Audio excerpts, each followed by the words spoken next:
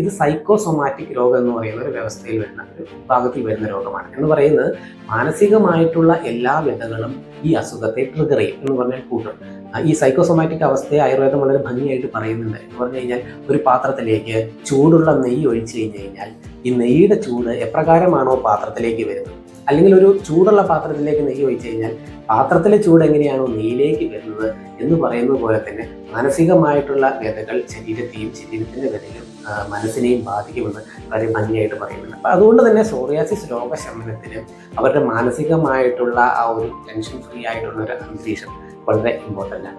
അതുകൊണ്ട് നിങ്ങൾ അവരോട് സംസാരിക്കുമ്പോൾ അത് നല്ല വ്യത്യാസമുണ്ടല്ലോ, ഉടനെ തന്നെ മാറും എന്നുള്ള രീതിയിൽ കോൺഫിഡൻസ് കൊടുക്കുക. അപ്പം ഇത്തരം കാര്യങ്ങൾ തീർച്ചയായിട്ടും നമ്മൾ കൊടുക്കുന്ന മരുന്നിൻ്റെ ഗുണങ്ങൾ ഇരട്ടിപ്പിക്കും എന്നുള്ള കാര്യത്തിൽ സംശയമില്ല. അതിപ്പോൾ irrespective of system of medicine സമൂഹത്തിൻ്റെ ഈ പോസിറ്റീവ് അപ്രോച്ച് അവരുടെ രോഗശമനത്തിനെ നല്ല രീതിയിൽ സ്വാധീനിക്കും എന്നുള്ള കാര്യത്തിൽ സംശയമില്ല.